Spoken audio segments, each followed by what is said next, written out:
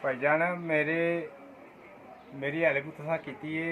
ਤੁਹਾਡੇ हेल्प की वजह तो मेरा जो ना अख का मैं ऑपरेशन करा लिया है और 10% मेरी रोशनी वापस आ गई है। और मैं ਤੁਹਾਡਾ बहुत शुक्रगुजार हाँ। अल्लाह पाक ਤੁਹਾਨੂੰ बहुत बहुत ज़्यादा रिजक देवे और ਇਹੋ ਜਿਹੇ फरिश्ते भी दुनिया के मौजूद ने ਜਿਹੜੇ ਅੱਜ भी समझो कि गरीबां ਦੀ हेल्प करते ਨੇ पे। ਤੁਹਾਡੀ ਇਸ ਮੋਢਾ ਦੇਣ ਦੀ ਵਜ੍ਹਾ ਤੋਂ ਮੇਰੇ ਘਰ ਦੇ ਵਿੱਚ ਦੁਕਾਨ ਦੇ ਵਿੱਚ ਉਹਨਾਂ ਨੇ ਸਮਾਨ ਪਾ ਕੇ ਦਿੱਤਾ ਮੈਨੂੰ और मैं खुश होया वां तै दिल तो सब का ही शुक्रिया अदा कर रहा जिन्होंने ने मेरी हेल्प की है। और सब नूं ही अल्लाह बहुत ज़्यादा रिजक देवे और इस तरह लोगों की हेल्प करते रहन।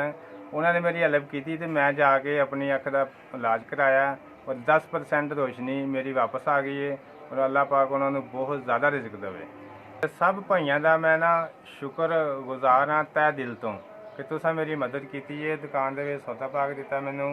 और उस टीम का भी शुक्रगुजार हाँ जिन्होंने मेरे घर आके विजिट किया और मैंने इस काबिल किया कि मैं अज ना अपने बच्चों का चेहरा वेख सकना और बच्चे मेरे स्कूल भी पढ़ रहे हैं और मेरा घर का निज़ाम बहुत ही बेहतर हो गया और अल्लाह पाक सब नूं ही ज़्यादा रिजक देवे जी। SVS टीम का भी बहुत बहुत शुक्रिया जिन्होंने मेरे घर का विजिट किया और मैनू उन्होंने हेल्प दी है तो मैं इस काबिल हो गया कि मेरे घर का निज़ाम बेहतर